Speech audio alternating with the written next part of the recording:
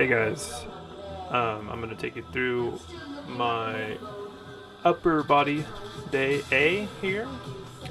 I shouldn't say A, it's my only upper body day of the week where I train my full upper body in one session. Usually my first session of the week. It'll be part 2 of this series here. So I'm going to start off with some dumbbell chest pressing, just flat. This is my chest compound movement. So majority of my exercises here will be just 2 working sets. So we'll start off with the dumbbell pressing. Started off with like the 80s.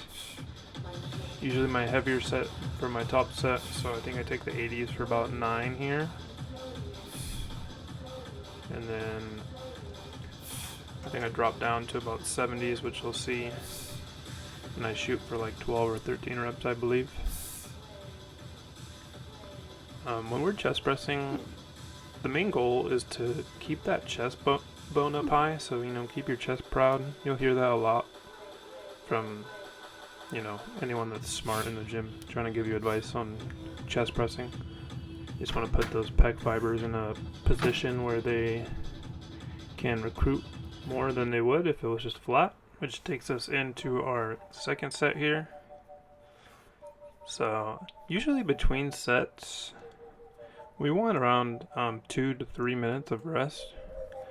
You can see I was about to do my set, but kind of got thirsty, so got a sip of water. Just got the Stanley. This isn't like a ad or anything, but oh my gosh, it's an amazing cup. I like it a lot. So yeah, we grab the 70s here, then we take it for our second set. I've mentioned this before, but I do like drop set style training, so first set heavy, and then second set is lighter with a higher rep range. So I think I beat both my logbook numbers here, so it was a good session. 13 reps on the 70s, I believe. Really focusing on that squeeze. The tempo is a little faster just because the weight's lighter, which I wouldn't technically recommend. It's just kind of how I'm like programmed to lift.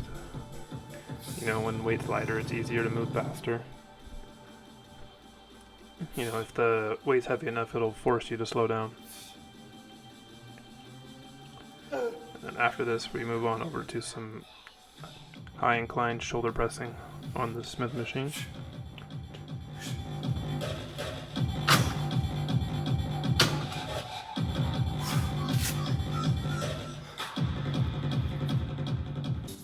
Alright guys, so for the high inclined shoulder press, you want to set up the bench basically so close to the bar where the bar is like barely not grazing like your nose. You'll see that's why I have to take my hat off, because if not it would hit my hat on the way down. And then again, we want to make sure we're getting a nice stretch, so get pretty low the bar and then press up and feel those shoulders and the upper fibers of your chest. I was going to talk about why I wear wrist wraps, because I have small wrists, so you can think of it as making my wrist joint thicker. Thicker joints usually lift more weight, so that'll lead us into the second set on the Smith. Some Smith machines are different than others. I prefer to use the Smith machine that's just straight up and down. If you've ever seen my physics video on Instagram, you kind of understand that. I don't like to add any unnecessary torque on my joints, and then I don't even like to even just try to get comfortable on like an angled Smith. I've had way too many shoulder problems and it's just a waste of time for me, so I always go for the just straight up and down Smith machine. And then some Smith machines will feel heavier than others, so you won't always be able to do the same weight. And then yeah, after the Smith machine, we head over to our back compound. Or actually, no, I lied. We got tricep compound next. So recently I've been doing the JM press. This isn't really a common exercise you see in the gym. It's kind of my best option for a tricep compound here, because we don't have a tricep dip machine, and then the dip attachment we have I'm not a fan of, so it's kind of what I'm left with. And I recently, just in this session, feel like I finally got the feel for it. So it took me about 5 or 6 sessions to finally feel like I'm doing it right. With the JM press, I kind of figured this out yesterday. You really want to like force your elbows out.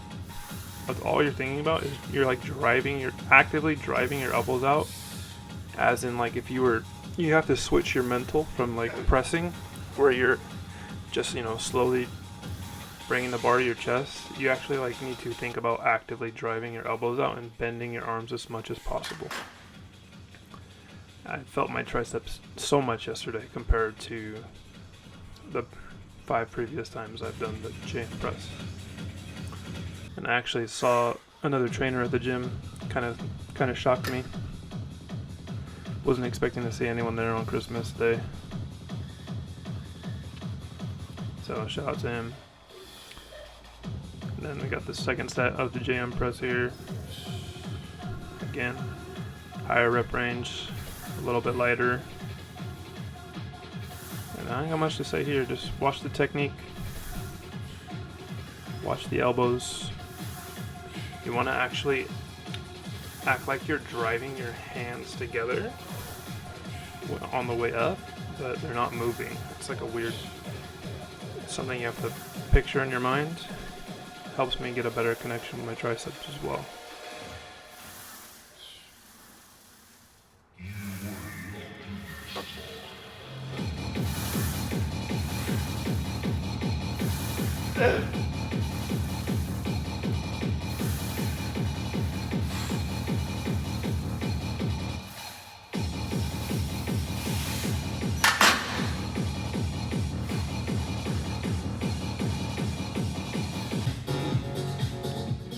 So next, we actually switch over to our back compound movements. So for back compound movements on upper body day, it's very simple. We do a vertical pull down and a horizontal pull. So first, we're going to start with traditional lat pull downs. Doesn't get any more basic than this. With my pulling movements, I really like the Versa grips. You'll see those on my wrists. It's just like a very simple strap. It's just like one piece of leather. You just wrap around once, and it, helps your grip significantly. And I'm actually really kind of proud of my lat pull down technique here. This is pretty picture perfect. Not to self gloat, but if you saw lat pull downs in a dictionary, this is what they would look like. It took about 170 here for about 10 reps, I believe.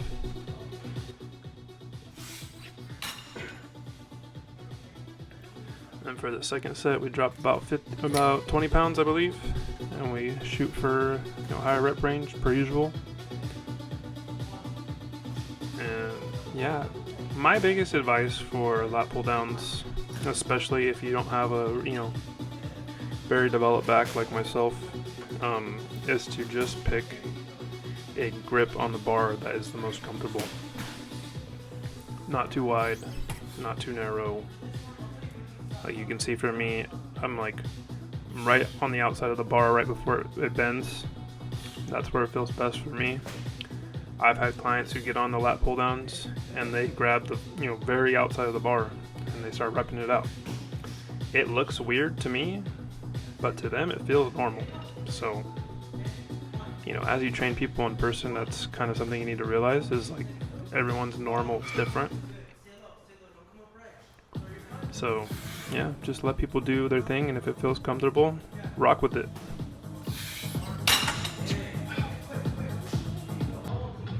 we move on to our horizontal pull. I've been messing around with different attachments for the horizontal pull. I have, just a seated cable row. Seated cable row and me haven't been the best of friends with my shoulder issues. So I've been playing around with different attachments to see what feels best on my shoulders. Definitely something where your hands are supinated, meaning that your palms are pointing towards the sky, has been the best for me. I have this weird knockoff mag attachment. Works great though. You really want to make sure you're letting your shoulder blades protract, just meaning that they stretch forward when you're doing a cable row, especially if your goal is mid-back. If your goal is lats, it's a little different, but if it's lats, you just want to keep the tension on your lats, which means you won't let your shoulder blades protract all the way. Yada yada yada. I'm really not the guy to get into the nuance of isolating certain muscles in your movements, because I just don't think it's necessary for most people, so I don't like to waste my time getting into the nuance.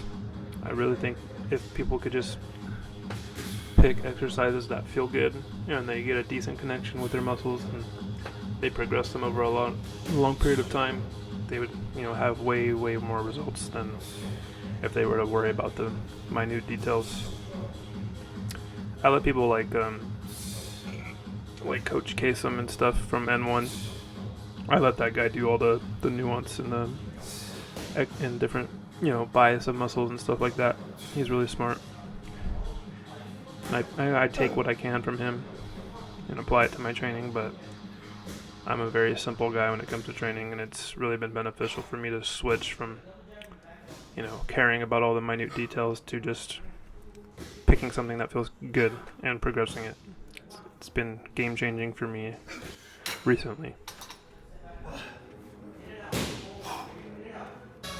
So now that we've finished our compound movements, essentially, we move into our accessory work. So we got one shoulder, one tricep, and one bicep. That's it. For the shoulder, we got cable laterals here with the cuff attachment. That is the hypertrophy coach's cuff. It's a great cuff. No special reason for it, just kind of nerding out in bodybuilding, so I don't have to rely on my grip to use my shoulder in a sense. My advice for most people is, if you're trying to progress your shoulders, you can only progress dumbbell lateral raises so far before it just becomes an ego fest.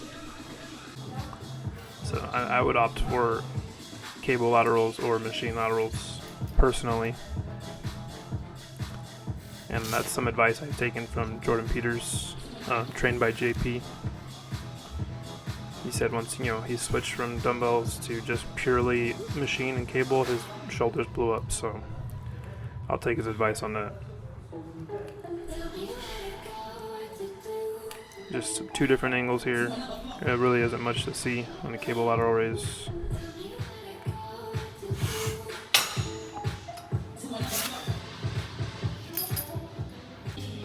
That'll bring us to our tricep extension. So just a single arm rope tricep extension. Very basic. I'm not a fan of training arms. I know that's a crazy thing for a guy to say these days, but arm training is just very boring. It's very one-dimensional. It's nothing like a chest press or a squat. So I keep it very simple. When I don't like training a certain body part, I just pick something that's effective and very simple and progress it, and that's it. And that should be your mentality for a lot of things in the gym, because it's easy to progress on things that you find enjoyable. It's the people that progress on the things that are not that enjoyable that have great physiques. And to mention triceps or this tricep rope extension is the only exercise on my upper body day where I do 3 sets, because my triceps can handle a little more volume. They're a little more developed. As you can see here, a little bit tricep popping out of the sweater.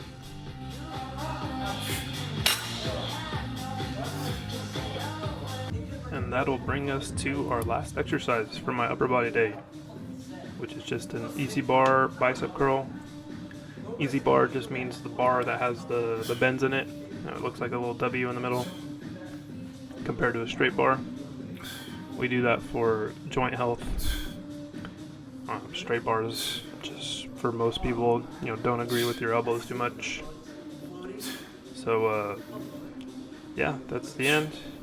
On an easy bar curl, you just want to make sure you're squeezing your biceps and you're controlling the eccentric on the way down, the lowering part. I could go a little slower here. You can take my own advice. And yeah, I just want to, if you made it this far in the video, I'll say thank you. Feel free to drop a like, and feel free to comment anything you would like me to make content on. All suggestions are welcome and taken into consideration. You guys have a good one.